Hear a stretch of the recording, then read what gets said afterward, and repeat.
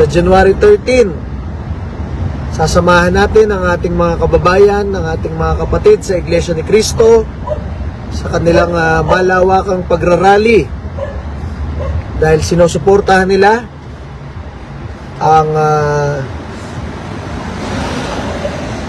panawagan na huwag i-impeach si Vice President Sara Duterte. January 1, marami tayong laban ngayong taon na ito. Marami tayong kailangan panindigan. Hi, Happy New Year po. Ito po si Chairman Ronald Cardema ng Duterte Youth Party List. And ngayon po ay January 1. So, nabisi lang tayo, kaya tayo ay humahabol sa gym. Kailangan mag-exercise, mag-ayos ng kalusugan. Dahil tayo ay maraming laban ngayong taon na ito. Laban para sa bayan, laban para kay Pangulong Duterte, laban para kay Vice President Sara Duterte, at laban natin sa Duterte Youth Party List.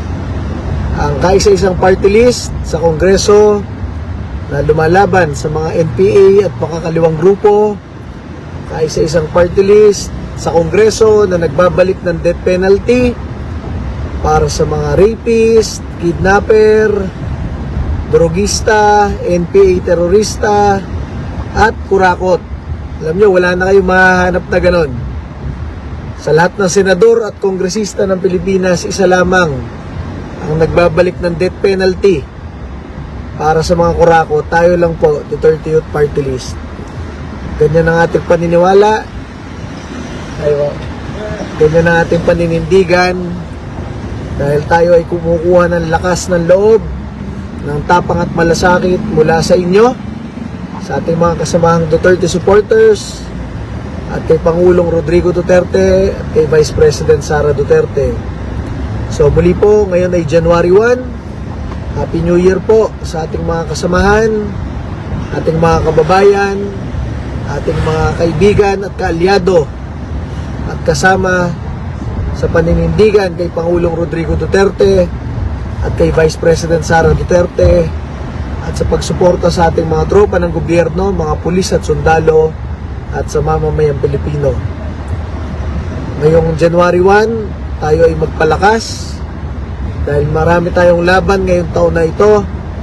At sa January 13, sasamahan natin ang ating mga kababayan, ang ating mga kapatid sa Iglesia ni Cristo sa kanilang malawakang pagrarally dahil sinusuportahan nila ang panawagan na huwag i-impeach si Vice President Sara Duterte. Dahil napaka-imposible namang siya ay merong betrayal of public trust. Ang tiwala ng publiko, ang public trust ay na kay Vice President Sara Duterte. Siya ang most voted, most trusted leader ng bansang ito sa kasaysayan ng Republika ng Pilipinas. Kaya ngayong January 13, samahan po natin ang ating mga kababayan, kapwa Pilipino, mga taga Iglesia ni Cristo. Ayan, shout out po kay Paulo ng Taguig.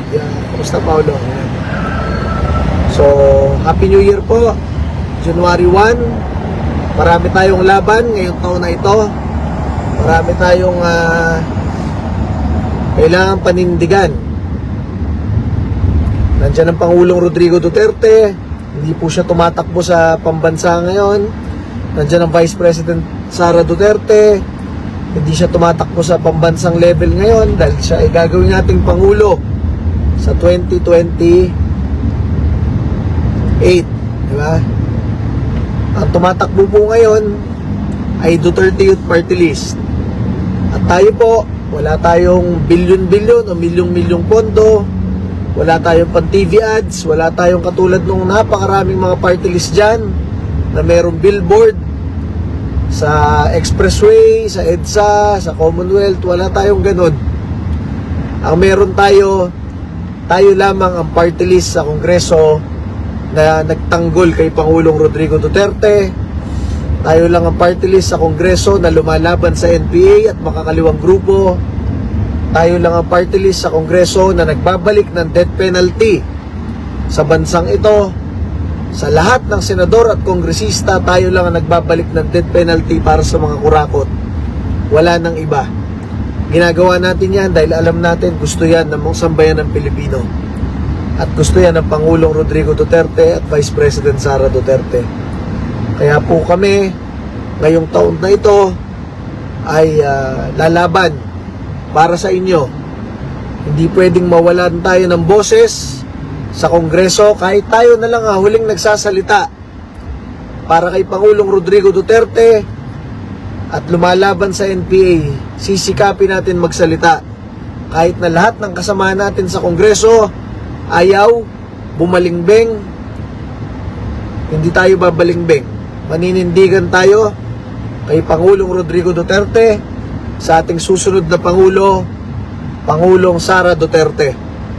Maraming salamat po. Ito po si Chairman Ronald Cardema ng Duterte Youth Party List. Ngayon po ay January 1. Happy New Year.